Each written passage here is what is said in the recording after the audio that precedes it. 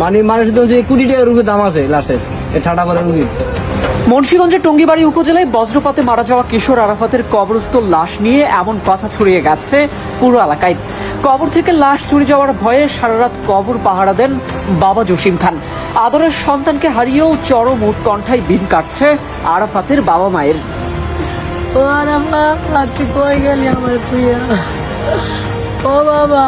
16 April বৃহস্পতিবার দুপুরে মুন্সিগঞ্জের টঙ্গিবাড়ি এলাকায় বজ্রসহ বৃষ্টি হয়। সেদিন মাঠ থেকে গরুর জন্য ঘাস আনতে গিয়ে বজ্রপাতে মারা যায় আরাফাত। আরাফাতের মারা যাওয়ার স্থান আমাদের দেখাচ্ছিলেন তার মা। কিশোর আরাফাতকে পার্শ্ববর্তী কামারখাড়ার সামাজিক কবরস্থানে দাফন করা হয়। তবে সন্তানকে দাফন করেও বাবা মায়ের দিন কাটছে চরম উৎকণ্ঠায়। বজ্রপাতে মারা যাওয়া ব্যক্তির লাশ চুরি হয় এলাকাবাসীর এমন কথাই দিনরাত কবর পাহারা দিচ্ছেন তারা। কবরকে সুরক্ষিত রাখতে নিয়েছেন বিশেষ ব্যবস্থাও। আমরা চোখে দেখি না, শুনছি যে এই ধরনের ঘটনা ঘটছে। ওই যে ওদিকে এদিকে একটা জায়গা আছে, এদিকে 10টা না 11টা লাশ নিয়ে গেছে কবরস্থান থেকে। এলাকার লোকজন বলছে, যারা ঘটনা জানে এরকম ধরনের ঘটনা যারা শুনছে এরা বলছে, এই জন্য আমরা করে দিতেছি। এরা বলছে যে এই ধরনের লাশ কবরে থাকে না, এরা নিয়ে জায়গা।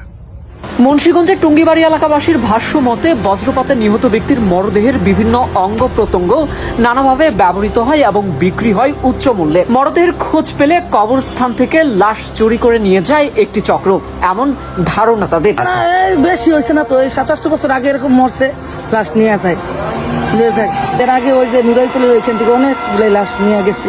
এটা নিয়ে পাড়া তারা পুলিশ মুলিশ মানে অনেক কিছু হয়েছে। এটা নিয়ে ভালো লোকই মারা গেছে মনে করে অনেক লেগে গেছে। আমরা বিভিন্ন লোকজন যায় মনে করে দেখছি, লাশের ইয়েও দেখছি, কত কিছু পাওয়া গেছে। মানে এইটার ভয় তৈরি করতে আসছে, পাহারা দিতে আসছে।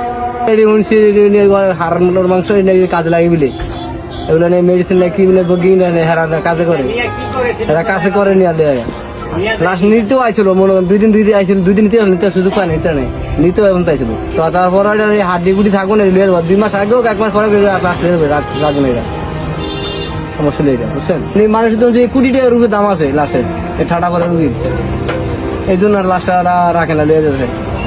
গ্রামবাসীর এমন কথায় সন্তান আরাফাত খানের কবরস্থ লাশকে পাহারা দিচ্ছেন পরিবার। এমনকি কবর পাহারা দেওয়ার জন্য প্রতিদিন কয়েক হাজার টাকায় ভাড়া করছেন কয়েকজনকেও। রেগুলার রাত 10টার দিকে আসি, সকাল ভোরে আমরা এখান থেকে 4জন পাহারা।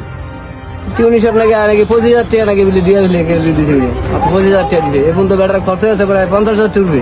এ ঘটনাকে কেন্দ্র করে এলাকায় চাঞ্চল্যের সৃষ্টি হয়েছে। বিষয়টি সামাজিক যোগাযোগ মাধ্যমে ছড়িয়ে পড়লে উপজেলা প্রশাসনের নজরেও আসে। উপজেলা নির্বাহী অফিসার কবর পরিদর্শন করেছেন, কবর পাহারার জন্য নিযুক্ত করেন গ্রাম পুলিশকে। ও বাবা, আমার ডাক বাবা, ও বাবা কি তুই কই গেলি?